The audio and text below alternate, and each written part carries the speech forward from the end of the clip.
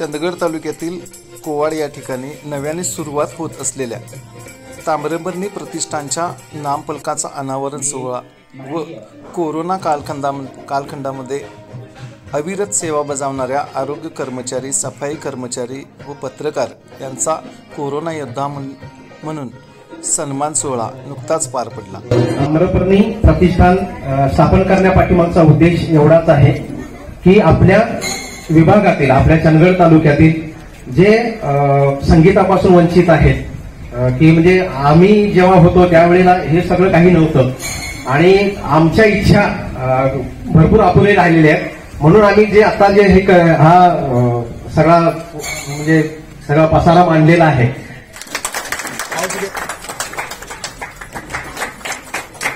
कोल्हापूर ज्योतिबा गोरलकर अध्यक्ष, माननीय संगीत शिक्षक दत्तात्रय सावंत, माननीय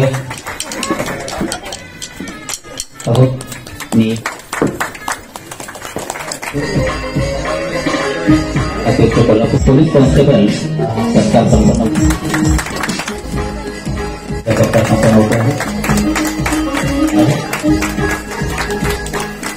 दैनिक सकाळी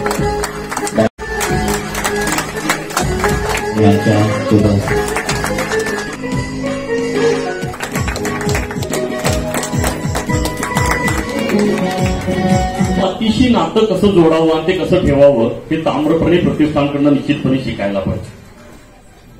आम्ही किती मोठे झालो, आम्ही मोठ्या शहरात गेलो, व्यवसाय केले, नोकऱ्या केल्या, पैसे मिळवले, पण मी ज्या मातीत जन्माला आलो, ज्या मातीनं माझ्यावर उपकार केले, त्या मातीचं ऋण फेडण्याची संधी तुम्ही या निमित्तानं खूप छान पद्धतीने या कोवाडमध्ये या कार्यक्रमाच्या निमित्तानं राबवली म्हणून कार्यरत आहे। तर सरांनी आताच सांगितलंय की जे काय आपले नातेवाईक आहेत, बंधू आहे, यांच्यापर्यंत आपण पोहोचू शकत नव्हतो, पण ती परिस्थिती त्यावेळी तशीच होती। त्या काळात आम्हालाही आमची काहीतरी एक समाजाला देणं आहे आणि कुठलं कर्तव्य आहे ते पार पाडायचं होतं। त्या हेतूने आमचा स्टाफ, आमचे वैद्यकीय अधिकारी प्रसन्न सर चौगुले यांच्या मार्गदर्शनाखाली आम्ही जेवढ्या प्रमाणात मोठी जात होती ती कशा प्रकारे कमी करता येईल, आता त्या काळात कोणाला आमच्यापासून काही भावना दुखावल्या गेल्या असेल, कुणाच्या काही त्याला ठेच पोचली असेल, पण परिस्थिती असल्यामुळे आम्हाला एक कठोर भूमिका घ्यायचं काम पडलंय। आज ताम्रपर्णी प्रतिष्ठानच्या वतीनं कोरोना योद्ध्यात ज्यांनी उत्कृष्ट कामगिरी केली अशांचा सत्कार या प्रतिष्ठानाने ठेवला।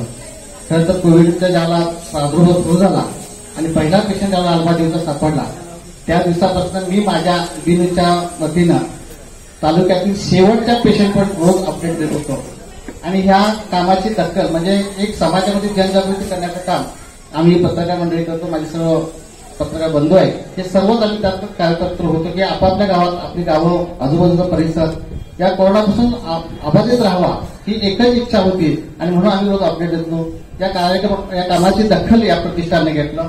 त्याबरोबर या कार्यामध्ये असणारे आरोग्य कर्मचारी होते, त्याबरोबर विविध क्षेत्रातली जी कर्मचारी होती, पोलीस खातं होतं, या सर्वांची निवड केली आणि या ठिकाणी बोलवून आम्हाला या ठिकाणी सन्मान दिला।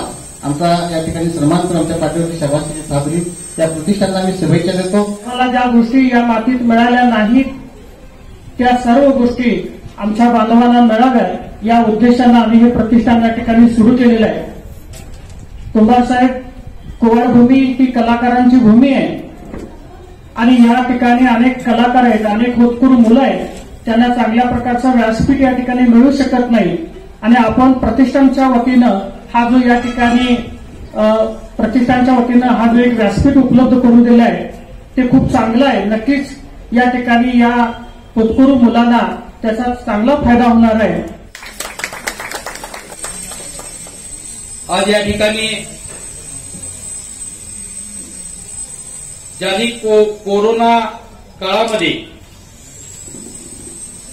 अतिशय उत्कृष्ट पद्धतीनं कामगिरी बजावली अशा कोरोना योद्ध्यांचा सत्कार सामाजिक बांधिलकी म्हणून वेगवेगळ्या कार्यक्रमांच्या माध्यमातून नेहमीच पुढाकार घेऊन एखादा कार्यक्रम सुरळीत पाडावा यासाठी कायमच या प्रतिष्ठानचे अध्यक्ष कृष्णा बामणे हे नेहमी धडपड करत असतात. त्यांच्याजवळ सर्व लोकांना बरोबर घेऊन जाण्याची कला अवगत आहे. प्रतिष्ठानच्या माध्यमातून संगीत क्षेत्राला, संगीत कलेला वाव देण्याचं काम या प्रतिष्ठानं केलेलं आहे.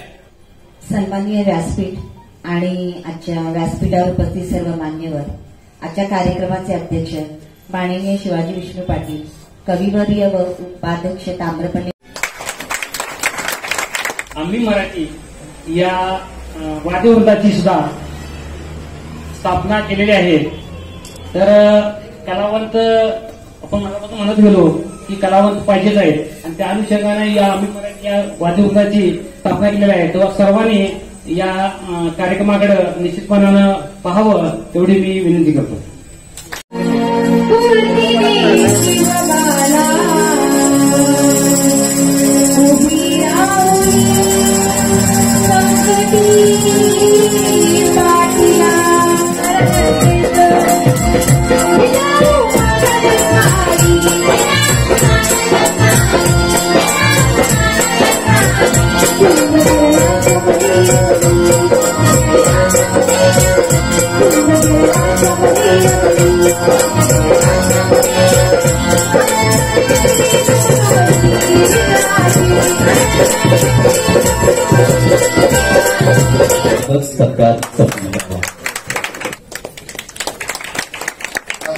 ताम्रपल्ली प्रतिष्ठान या नावानं कोवडसारख्या एका महत्वपूर्ण अशा गावामध्ये वैभवात भर घालणारी व्यवस्था ज्यांनी केली